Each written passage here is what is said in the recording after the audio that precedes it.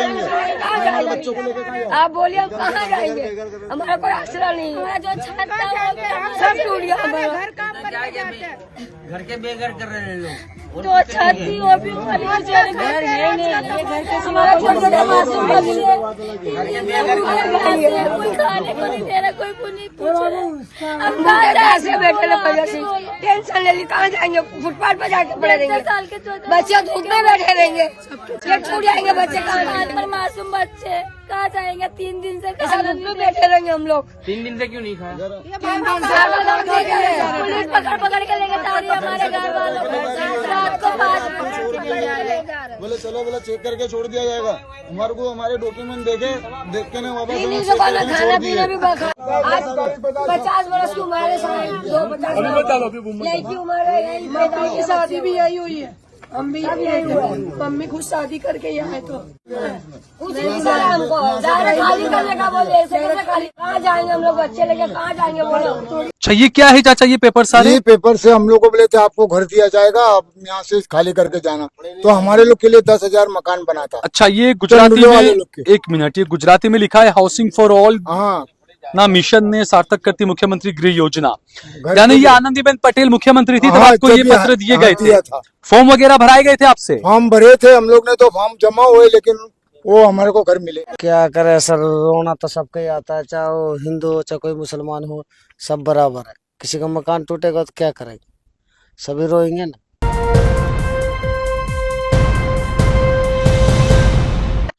अस्सलाम वालेकुम, आदाब। देश लाइव में आपका स्वागत है। इस वक्त रात के 2:30 बज रहे हैं और 29 तारीख हो चुकी है, 29 अप्रैल 2025।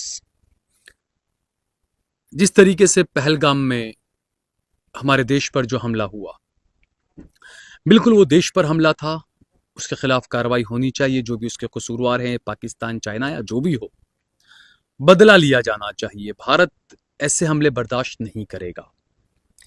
लेकिन भारत ये भी बर्दाश्त नहीं करेगा कि आप संविधान की धज्जियां उड़ाते हुए रात को 12 बजे से आप बुलडोजर लाकर खड़े कर दें और अहमदाबाद के चंडोला तालाब में, जहां पर तकरीबन 25,000 मुसलमान रहते हैं, मीडिया में यह हवा बनाई गई कि 1,000 बांग्लादेशियों को पुलिस ने हिरासत में लिया, पैदल चलाया गया उनको सड़कों पर, कानून की धज्जियां उड़ाई गई। और मीडिया ने अपनी हेडलाइंस में, न्यूज़पेपरों ने अपनी हेडलाइंस में पहले पन्ने पर यह खबर को छापा, प्रमुखता से छापा, प्रमुखता से खबरें चलाई कि देखिए सब बांग्लादेशियों को गुजरात की पुलिस ने हिरासत में लिया है। लेकिन जिन 980 या 780 जिन लोगों को हिरासत में लिया गया था, कोई लोग कह रहे हैं 790, कोई लोग कह रहे हैं 1,000, उनमें से 90% भारतीय निकले। और वो मजदूर थे जो बिहार से, कलकत्ता से, महाराष्ट्र से, झारखंड से, उत्तर प्रदेश से आकर अहमदाबाद के चंडोला तालाब में बसे थे। कोई कड़िया काम करता था, मजदूरी का काम करने वाले थे, ऑटो रिक्शा ड्राइवर थे, रिक्शा ड्राइवर थे, माल ढोने वाले थे। उन लोगों को उठाकर ले गई थी पुलिस। और मीडिया में पहले यह हवा बनाई गई कि सभी बांग्लादेशी हैं। और जब पुलिस ने उनमें से 80, 85, 90% लोगों को रिहा कर दिया, डॉक्यूमेंट्स चेक किए, बिल्कुल ये पुलिस का काम है, जांच होनी चाहिए। कोई भी पाकिस्तानी, कोई भी बांग्लादेशी या कोई भी किसी और देश का भारत में अगर गैर कानूनी तरीके से रह रहा है तो उसको यहां से खदेड़ा जाना चाहिए। उसके लिए कोई इनकार नहीं कर सकता, हम भी इनकार नहीं करते, कोई मुसलमान इनकार नहीं करेगा। पूरे 140 करोड़ देशवासी इस वक्त साथ खड़े हैं कि जिसने भी पहलगाम के अंदर जो हमला किया है उसके कसूरवारों को बख्शा नहीं जाना चाहिए। जो भी देश उसके खिलाफ है, उसके अंदर शामिल है, पाकिस्तान या जो भी, बदला लिया जाना चाहिए। भारत सरकार को होना चाहिए। हमारी सेना बहुत मजबूत है। हमारी सेना हमारे प्रधानमंत्री के एक कॉल का इंतजार कर रही है कि हमारे प्रधानमंत्री कहें तो लेकर आ जाए। मैं तो ये तक कहता हूं मेरा नाम सहल कुरैशी है, लेकिन मैं ये कहता हूं कि प्रधानमंत्री नरेंद्र मोदी जी, मैं अखंड भारत के लाहौर में जाना चाहता हूं अगले महीने। 56 इंच का सेना दिखाइए आप। लेकिन जो मीडिया में खबरें बनाई गई कि बांग्लादेशियों को पकड़ा, बांग्लादेशियों के घरों के लाइट के कनेक्शन काट दिए, ये तमाम खबरें दिखाई गई। माहौल पहले बनाया गया कि बांग्लादेशी बांग्लादेशी बांग्लादेशी। लेकिन जब मैं वहां पर गया, छोटे छोटे बच्चे, बुजुर्ग बहुत बुरे हाल में थे वहां पर। बिल्कुल अतिक्रमण करके वो लोग रह रहे हैं। लेकिन गुजरात के मुख्यमंत्री जी, गुजरात के गृह मंत्री जी, प्रधानमंत्री जी, गुजरात की पुलिस ने उनको वेरीफाई किया है कि वो लोग इसी देश के रहने वाले हैं, इसीलिए उन्हें आज रिहा किया गया। और वहां से रिहा करने के बाद फौरन चंद घंटों के अंदर मौखिक कोई नोटिस नहीं दिया गया, कानूनी नोटिस नहीं आया कि आपको ये जगह खाली करनी है। मौखिक तौर पर कहा गया कि आपको 2 घंटे के अंदर ये जगह खाली करनी है। लोगों ने कहा कि 2 घंटे में हम कहां जाएंगे। उसके बाद कहा गया कि सुबह 8 बजे तक जगह खाली कर दी जाए। मैं इसीलिए कह रहा हूं कि बदला आपको नापाक से लेना है, ना पाकिस्तान से लेना है। अब कोई अनपक इसको ना पाकिस्तान से लेना है ना समझे, मैं वो नापाक से कह रहा हूं, ना पाकिस्तान है वो, पाकिस्तान नहीं है वो ना पाकिस्तान है। हमारे देश पर हमले करने वाले जो लोग हैं उनसे बदला लीजिए आप। पूरे 140 करोड़ की जनता आपके साथ है। लेकिन ऐसे ये बुलडोजर लेकर आप ये क्या दिखाना चाह रहे हैं? मीडिया में आपने हवा बनाई कि सब बांग्लादेशी हैं, पूरी हवा बना दी गई। और जो बेचारे बेरोजगार युवा है मेरे हिंदू भाई, उनको उकसाया गया कि देखिए बांग्लादेशी इनको चलाकर ले जा रही है पुलिस, देखिए बांग्लादेशी इनके घरों के कनेक्शन काटे जा रहे हैं। लेकिन मोदी जी, आपके गुजरात की पुलिस ने वेरीफाई करने के बाद इन लोगों को छोड़ा है और यह माना है कि ये बांग्लादेशी नहीं है, ये पाकिस्तानी नहीं है, ये इसी देश के रहने वाले हैं। ये उत्तर प्रदेश से, बिहार से आकर यहां पर मजदूरी कर रहे हैं। और आपने मीडिया में एक माहौल बनाया बांग्लादेशी का, और उसके बाद आपने ये कह दिया कि इनके ऊपर बुलडोजर चलाया जाएगा। तकरीबन 5000 मकान हैं चंडोला तालाब में। उन 5000 लोगों को यह कहा गया, 5000 के मकान में रहने वालों से यह कहा गया, पहले यह कहा जा रहा है कि वहां पर सिर्फ जो बंगाली वास है। अब सवाल यह भी उठता है कि जो बंगाली जबान में बात करते हैं तो क्या वो बांग्लादेश के हो गए? बंगाली जबान में बात करने वाले हमारे पश्चिम बंगाल के भी हो सकते हैं। यह भी हकीकत है कि पाकिस्तानी कोई भी है, बांग्लादेशी कोई भी है, उसको खदेड़ा जाना चाहिए। हमारे देश में वो नहीं रहने चाहिए, कोई दो राय नहीं है इसमें। लेकिन इस देश का जो मजदूर है उसको परेशान नहीं किया जाना चाहिए। मेरे पीछे आप देख सकते हैं पूरे बुलडोजर की ये लाइन है दोस्तों। रात के 2:30 पौने 3 बजने वाले हैं। ये बुलडोजर निकलेंगे अब विकास का काम करने, चंडोला तालाब को साफ करने के लिए। और जो वहां पर मुसलमान रह रहे हैं उन सबको बेघर किया जाएगा। उसमें 60-70 साल के बुजुर्ग हैं, महिलाएं हैं, छोटे छोटे बच्चे हैं, 1-1 महीने के बच्चे हैं, बुजुर्ग महिलाएं, 80-80 साल की महिलाएं हैं, कई प्रेग्नेंट महिलाएं हैं वहां पर। जब नरेंद्र मोदी 2014 के अंदर प्रधानमंत्री बने देश के, तो गुजरात की बागडोर वो आनंदीबेन पटेल को सौंप कर गए थे। आनंदीबेन पटेल के वक्त ये कहा गया कि चंडोला तालाब में जितने लोग रहते हैं उन सबको वैकल्पिक व्यवस्था दी जाएगी, उनको मकान दिए जाएंगे। उनके फॉर्म भरे गए, लेकिन उसके बावजूद उनको मकान 2014 से 2025 हो गए, 11 साल हो गए, उनको मोदी सरकार मकान नहीं दे पाई। नरेंद्र मोदी ने 2015 में कहा था कि 2022 में हर गरीब के घर पर पक्की छत दूंगा मैं, लेकिन हो रहा है उल्टा। प्रधानमंत्री नरेंद्र मोदी को इस देश के अंदर और दुनिया के अंदर सबसे ज्यादा लोगों के मकानों को, लोगों के आशानों को उजाड़ने वाले प्रधानमंत्री के तौर पर याद किया जाएगा। कोई वैकल्पिक व्यवस्था नहीं, कानून की धज्जियां उड़ाएंगे आप। सुप्रीम कोर्ट ने कहा वैकल्पिक व्यवस्था दीजिए आप पहले, उसके बाद आप किसी पर बुलडोजर चलाइए। मौका दीजिए उनको सुनने का, उसके बाद आप बुलडोजर चलाइए। लेकिन कोई मौका नहीं, कोई सुनवाई नहीं, बस मीडिया में माहौल बना दिया गया बांग्लादेशी होने का। और उसके बाद में बुलडोजर की लाइन आप देख सकते हैं। आइए मैं अपने कैमरामैन से कहूंगा थोड़ा सा आगे आए। ये तमाम वो बुलडोजर हैं, ये तमाम बुलडोजर देखिए, ये बहुत सारे बुलडोजर हैं। मेरे ख्याल से 50-60 बुलडोजर होंगे शायद, यहां पर भी हैं, आगे भी हैं। ये तमाम बुलडोजर देखिए आप, ये बुलडोजर हैं।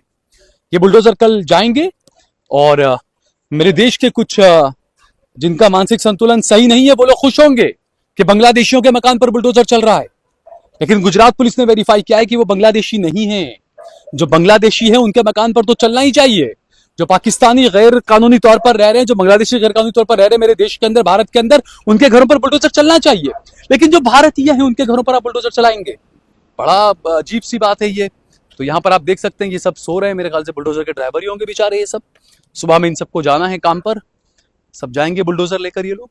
ये सारे बुलडोजर है, देखिए आप, तमाम बुलडोजर का इंतजाम यहाँ पर किया गया है।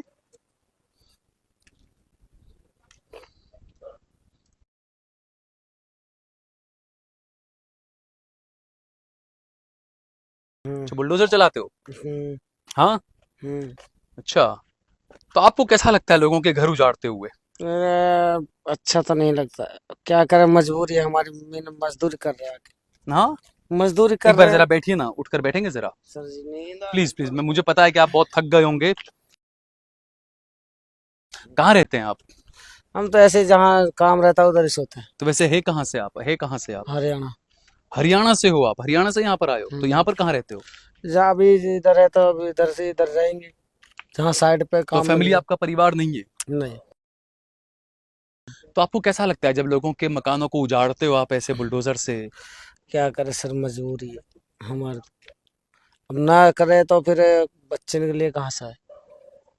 पैसा कहाँ से मिलेगा, ऐसा है? वही तो।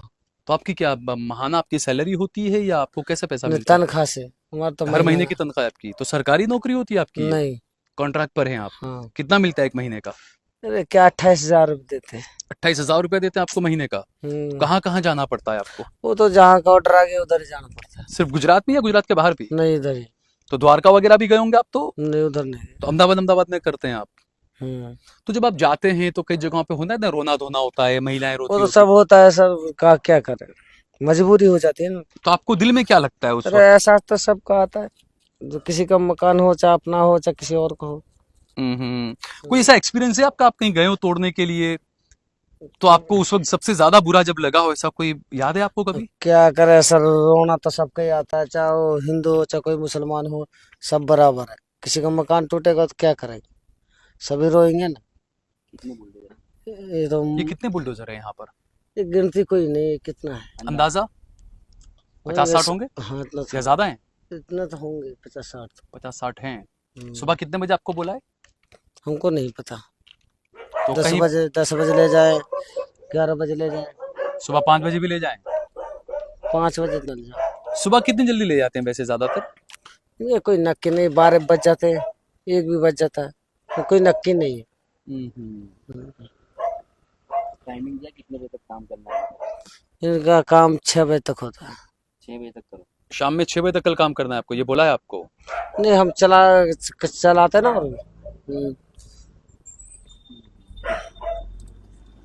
तो ये देखिए, क्योंकि दिखाना लोगों को, ये बेचारे मजदूर हैं, इनको इनके पैसों से मतलब है, और ये साफ कह रहे हैं कि हमारा तो काम है बुलडोजर चलाना, हमारा दिल दुखता है, हमें रोना भी आता है, लेकिन क्या करें, नौकरी है उनकी। ये आप देखिए, सब लोग सो रहे हैं यहाँ पर, और ये बुलडोजर सुबह में ये लोग लेकर जाएंगे।